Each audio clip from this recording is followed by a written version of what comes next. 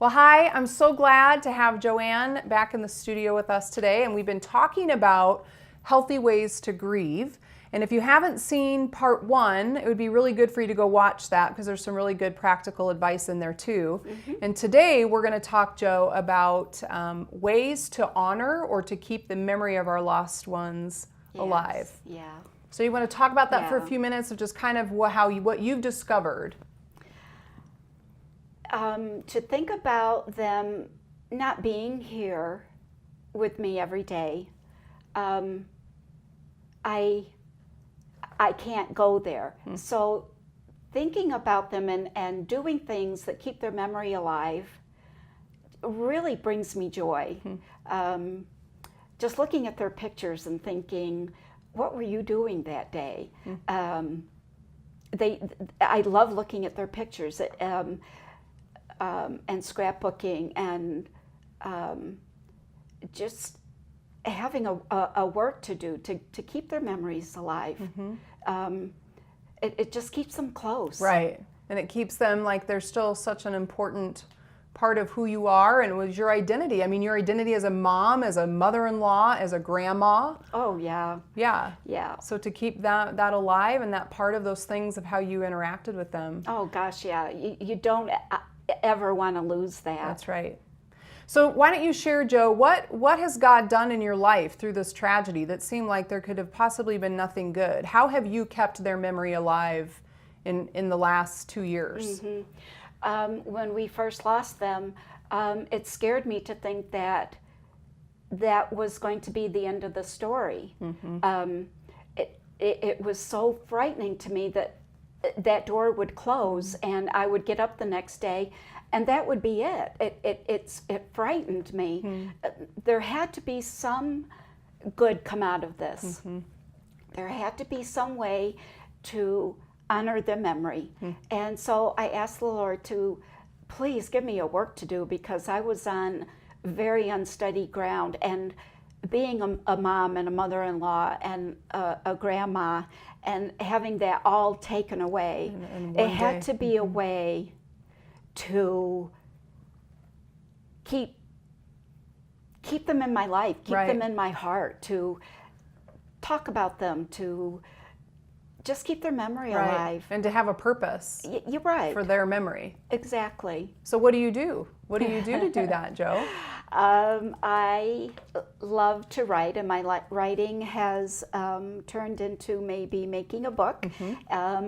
But more important is the one-on-one that I get to talk to people who are grieving and who have lost hope or need to renew their hope. To know that there is still a purpose for their lives and that their loved ones can be remembered. And so as I started writing and journaling, God gave this work to me for me to do. And it's talking like at a juvenile detention center, where it's so important to me to go in there and tell our story and let them know that there are better ways to make your choices, and there's always a way out. To be able to speak in jail ministries, to speak with Bible study groups, with recovery groups, and having dear people come up and just say thank you. I was losing hope. You gave me purpose again. Right. Well, and what's neat about it, Joe, is that people can look at your story. You know, any of us can show up and do a talk with people, and just give information. But you have an experience, and you've experienced pain and loss and questioning God and wondering like, why in the world? So when you go and share your story with other people that have lost hope or that are in pain, that are wondering where God has been, they can relate to your story because you can relate to them in a way that someone like myself who hasn't experienced that kind of loss, I don't have the ability to communicate that way. So what a beautiful gift that God gave you, this ability to communicate with and relate to people that you wouldn't have related to 4 years ago, probably. And how that is now a ministry for you in a way that you give God's hope to people that feel hopeless. Right. Now, interestingly, so for some of you, you might be like, that's not me. I'm not going to go speak to groups. I'm not really a writer. But why don't you share a little bit about what your husband has done to keep the memory of your loved ones alive that's different than your way? Oh, yes, yes.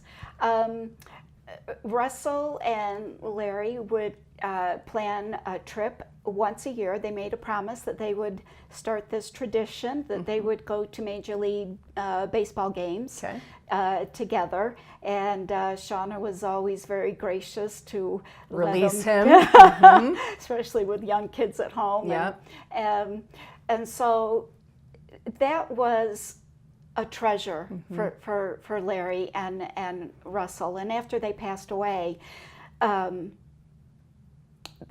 and the very just months after they passed away, and Larry had done a trip with Russell, he planned another baseball trip. And it was with Shauna's brother, Stephen. Wow. To get out there and do that. Wow. And I admired him for that, because those memories, those trips were precious to him. Right. And for him to invite someone else along, I don't know that I could have done that.